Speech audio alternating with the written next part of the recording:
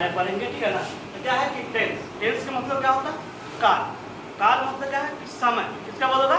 समय का बोल होगा, ठीक है ना।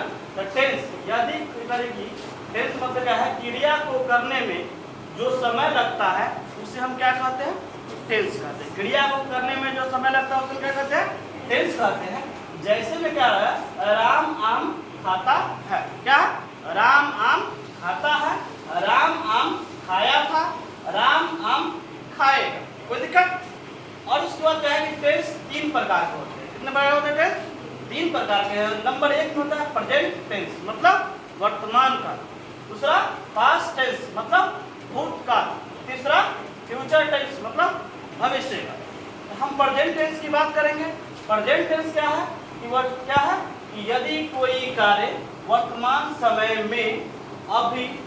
समय में हो उसे प्रेजेंट टेंस कहते हैं। कोई दिक्कत? और क्या है कि जैसे में राम खाता है, दूसरा राम खा रहा है, तीसरा राम खा चुका है, चौथा राम 2 घंटे से आम खा रहा है। ठीक है, कोई दिक्कत?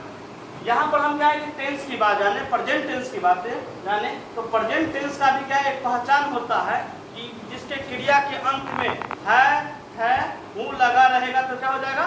प्रेजेंट टेंस होगा। ठीक है ना। आगे हम बात करते हैं कि प्रेजेंट क्या है कि present indefinite tense, present indefinite tense, दूसरा प्रेजेंट इम्परफेक्ट टेंस, चौथा तीसरा प्रेजेंट परफेक्ट टेंस और चौथा प्रेजेंट परफेक्ट कंटीन्यूअस टेंस। यहाँ तक किसी को कोई दिक्कत?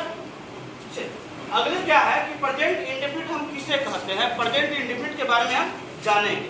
तो यदि कोई कार्य वर्तमान समय में अभी अभी होता हो उसे प्रेजेंट इंडेफिनिट टेंस कहते हैं। क्या है कि यदि कोई कार्य वर्तमान समय में अभी अभी होता हो उसे प्रेजेंट इंडेफिनिट टेंस कहते हैं। कोई दिक्कत?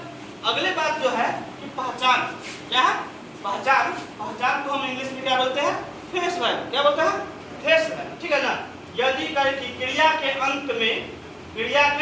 अंत में ता ते ती के बाद है हूँ या हो लगा होता है, उसका बनाने का नियम है subject plus verb plus S या ईएस प्लस ऑब्जेक्ट। हम तो नहीं जानते हैं कि क्या है कि कहाँ एस लगाना है, कहाँ ईएस लगाना है, अभी तो नहीं जानते। लेकिन हम इसके लिए क्या एक रूल बनाया गया है कि यूज ऑफ एस या ES.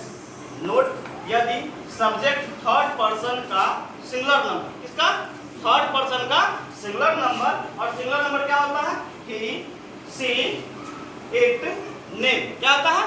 He see it name रहे तो एस या ईएस का प्रयोग करेंगे, एस या ईएस का प्रयोग करेंगे तथा वर्ब का अंतिम अक्षर कोई भावेल हो। जैसे में क्या भावेल अंतिम अक्षर क्या हो जाएगा? ए ई आई ओ यू रहे तो क्या करेंगे? ईएस का प्रयोग करेंगे, अन्यथा केवल एस का प्रयोग करेंगे। जैसे में क्या है,